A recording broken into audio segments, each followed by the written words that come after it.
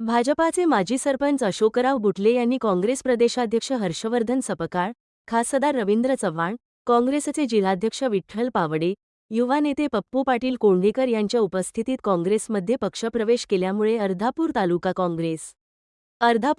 काँग्रेसच्या वतीने अशोकराव बुटले यांचे आगमन होताच महात्मा बसवेश्वर चौकात फटाक्याची आतिषबाजी करून ढोल ताशाच्या गजरात जंगी स्वागत करून सत्कार करण्यात आला। यावेळी तालुकाध्यक्ष सुनील वानखेडे, तालुका प्रभारी डॉक्टर उत्तमराव इंगळे, माजी सभापती पप्पू बेग, माजी जिप सदस्य प्रल्हादराव सोळंके, ज्येष्ठ पदाधिकारी बाळासाहेब देशमुख आंबेगावकर, प्रवक्ते सुभाष लोणे, तालुका उपाध्यक्ष बळीराम हट्टेकर, युवा नेते अरविंद क्षीरसागर, शेख मकसूद, बालाजी जंगिलवाड, रवींद्र डाढाळे, दिगंबर पवार, पृथ्वीराज लोणे, रमेश भुसे, मोहम्मद इब्राहिम अँड गौरव सरोदे अँड नितेश लोणे, मोहम्मद गौस खुरेशी, फेरोज पठाण, शबाना बेगम, शेख शकील यावेळी बोलताना अशोकराव बुटले म्हणाले की काँग्रेस पक्ष वाढविण्यासाठी व जनतेच्या प्रश्न मार्गी लावण्या आपण सदैव सोबत असल्याचे आश्वासन दिले होता आणि पुन्हाही सन्मानातच राहील।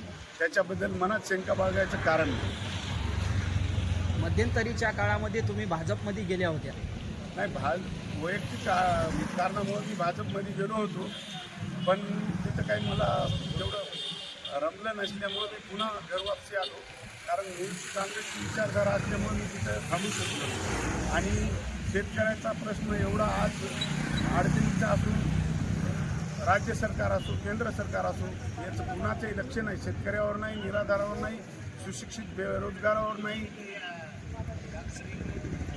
त्याच्यामुळे मी काँग्रेस पक्षामध्ये प्रवेश केलेला आहे आणि घरवापसी झालेली आहे।